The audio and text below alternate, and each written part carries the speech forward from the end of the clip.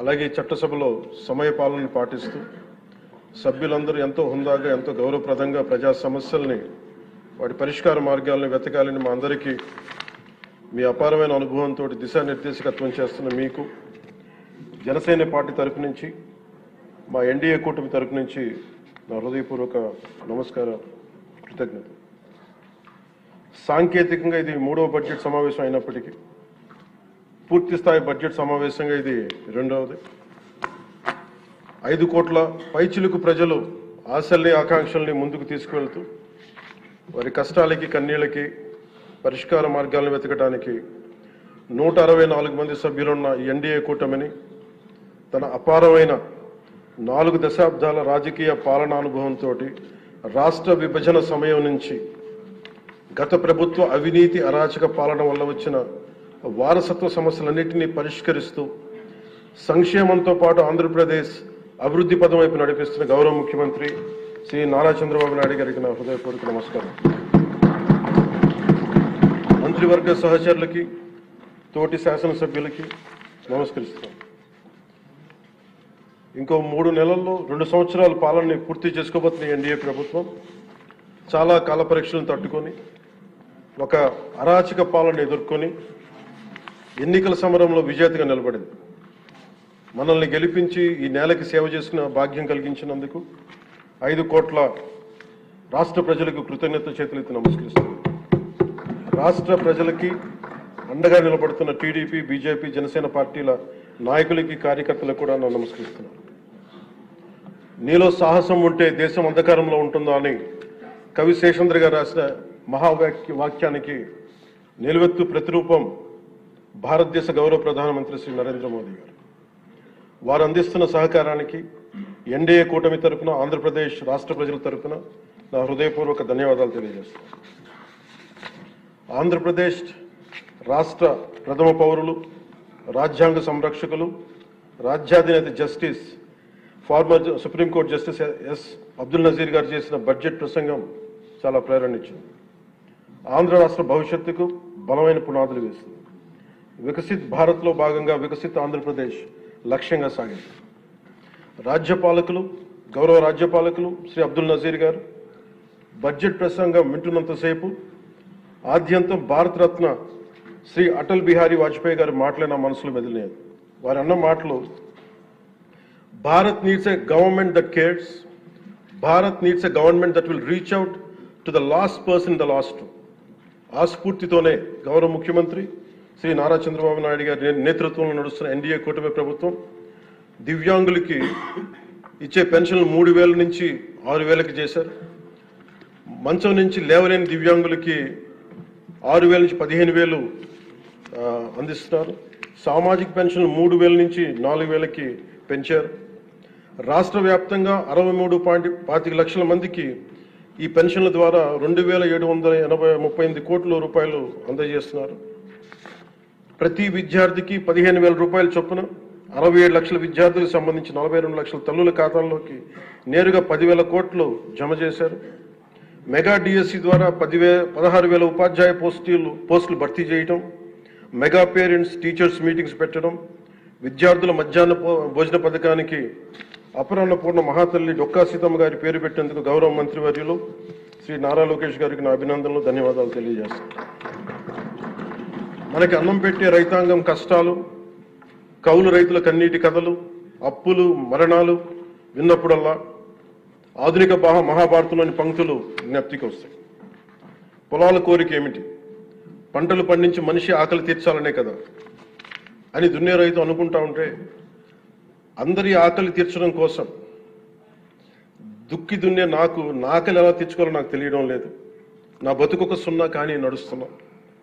చెట్టుగా ఉంటే ఏడాదికి ఒక వసంతమన్నా దక్కేది, కానీ మనిషిని అన్ని వసంతాలు కోల్పోయానని రైతు బాధపడతా ఉంటే, అలాంటి అన్నం పెట్టే రైతాంగాన్ని గత ప్రభుత్వం రైతుల నుంచి కొనుగోలు చేసిన ధాన్యానికి 1,674 కోట్లు చెల్లించకపోతే గౌరవ ముఖ్యమంత్రి శ్రీ నారా చంద్రబాబు నాయుడు గారి నాయకత్వంలోని ఈ ఎన్డీఏ కూటమి ప్రభుత్వం వచ్చిన వెంటనే 1,674 కోట్ల బకాయిలు చెల్లించింది అధ్యక్ష. అది కాకుండా ఈ అది పే చేసిన తర్వాత దాని తర్వాత 10,650 కోట్లు 7.37 లక్షల రైతాంగానికి 24 గంటల్లోనే 10,650 కోట్లు వారి ఖాతాల్లో జమ చేయడం జరిగింది. ఇంకొక 53,000 మంది పైగా రైతులకి 48 గంటల్లో సుమారు 1000 కోట్లు చెల్లించడం జరిగింది. తొలకరి వర్షం తర్వాత జలదానం చేసిన మేఘాలకి భూమిలో ఉన్న ఒక చిన్నారి గింజ మెడ బయట పెట్టి మొదటగా వచ్చిన 2 ఆకులను చేతులుగా జోడించిందంటే కృతజ్ఞతలు తెలిపిందని ఒక కవితా పంక్తుల్లో ఉంటాయి. అలా ఆ చిన్నారి మొలకలాగా ఈ ఎన్డీఏ ప్రభుత్వం అన్నం పెట్టే రైతాంగానికి కృతజ్ఞతతో అండగా నిలబడుతుంది.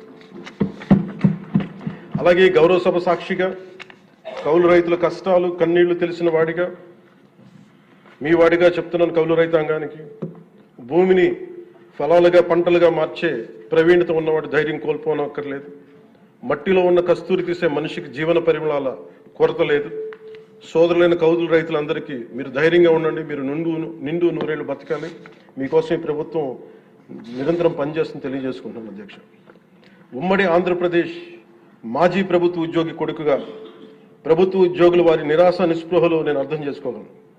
వారి ప్రతిభకి అనుభవానికి సమర్థతకి గుర్తింపు రానప్పుడు ఏమనుకుంటాను ఈ కవితా పంక్తులు తెలియజేస్తున్నా అధ్యక్ష. ఈ దేశం నా ప్రతిభకు ఒక సమాధి, ఎంత దూరం నడిచినా ఎప్పుడు దూరం అంతే.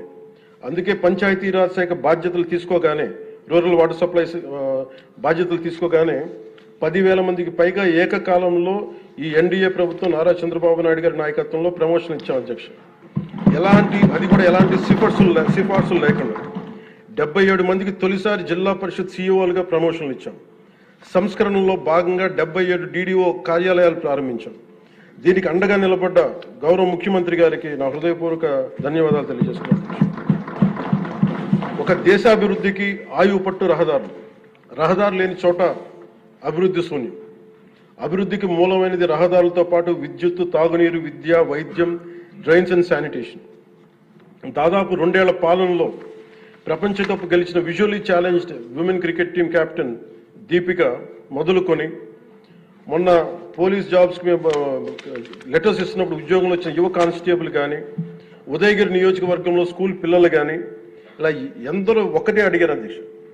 మాకు కనీసం నడవడానికి, మా స్కూల్కి వెళ్ళడానికి, మా ఊర్లు వెళ్ళడానికి, మాకు రిలేటెడ్ ఊర్లు వెళ్ళడానికి రోడ్లు వేయండి అని నిండు గర్భిణీలు కూడా ప్రాణాలు అరచేతులు పట్టుకుని కొండలు గుట్టలు దాటుకునే పరిస్థితుల్లో జాతీయ ఉపాధి హామీ పథకం కింద PM జన్మన్ రాష్ట్ర ప్రభుత్వ నిధులతోటి అడవి తల్లి బాట పేరిట 625 గిరిజన గ్రామాలను అనుసంధానిస్తూ 1005 కోట్లతోటి 1069 కిలోమీటర్ల రహదారుల నిర్మాణం చేపట్టాం. దాంట్లో దాదాపు సగం పైగా రోడ్ల నిర్మాణం పూర్తి చేశాం. కొన్ని రోడ్లు గంటల వ్యవధిలో కూడా మంజూరు చేశాం అధ్యక్ష. అలాగే మారుమూల ప్రాంత ప్రజలు, గిరిజన ప్రాంత ప్రజలు గొంతిమ కోరికలు కోరలేదు అధ్యక్ష. వారు అడుగుతుందల్లా చిన్నపాటి రోడ్ల సౌకర్యం వారు అడిగేది. ఆ రోడ్లు మంజూరు చేసినప్పుడు, పూర్తి చేసినప్పుడు ఆ ప్రజల కళ్ళలో నాకు కనిపించేది ఇవే. గుక్కెడు నిశ్శబ్దం తాగి చిరిగిన చీకట్లు కప్పుకొని పడున్న నాకు కమ్మని ఆశామధురమ కానుకగా తెచ్చాం. స్వాతంత్రం వచ్చి 7 దశాబ్దాలు దాటిన విద్యుత్ వెలుగులు లేని 17 కుటుంబాలు చెంది ఒక మారుమూలన గిరిజన గ్రామానికి ₹1 కోటి పైగా వెచ్చించి 17 కుటుంబాలున్న గ్రామానికి 9.6 కిలోమీటర్ల మేర 200 పైగా విద్యుత్ స్తంభాలను పాతి ట్రెడిషనల్ పవర్తో పాటు PM జన్మన్ పథకం కింద సోలార్, విండ్ ఎనర్జీతో పాటు హైబ్రిడ్ విద్యుత్ వ్యవస్థని ఏర్పాటు చేశాం అధ్యక్ష. ఆ విద్యుత్ వెలుగుల్లో, గిరిపుత్రుల్లో, గుండెల్లో నాకు ఈ భావన చాలా బలంగా తెలుసు.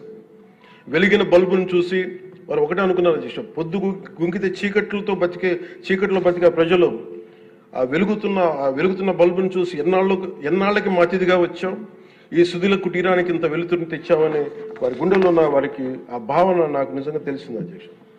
గౌరవ ప్రధాని శ్రీ నరేంద్ర మోదీ గారు వ్యక్తిగతంగా జల్ జీవన్ మిషన్ చాలా ఇష్టపడి ఎంతో బడ్జెట్ దాదాపు 191,011 కోట్లు ఆయన 1924 మధ్యలో ఈ జల్ జీవన్ మిషన్కి బడ్జెట్నిచ్చి ఈ దేశ సగటు పౌరుడికి కనీసం సరాసరి 55 లీటర్ల రక్షిత మంచినీరు అందించాలని లక్ష్యంగా ముందుకు వస్తే గత ప్రభుత్వం కేంద్రం నుంచి 27,000 కోట్లు కేంద్ర ప్రభుత్వం ఆమోదం తెలిపితే ఖర్చు పెట్టిన వాళ్ళు దాదాపు కేవలం 4,000 కోట్ల అధ్యక్ష. అందులో కేంద్రం వాటా 2,000 కోట్లు. 4,000 కోట్లు ఖర్చు చేసి పైప్ లైన్లు వేయడం తప్ప ఒక్క గ్రామానికి సంపూర్ణంగా నీరు ఇచ్చింది లేదు.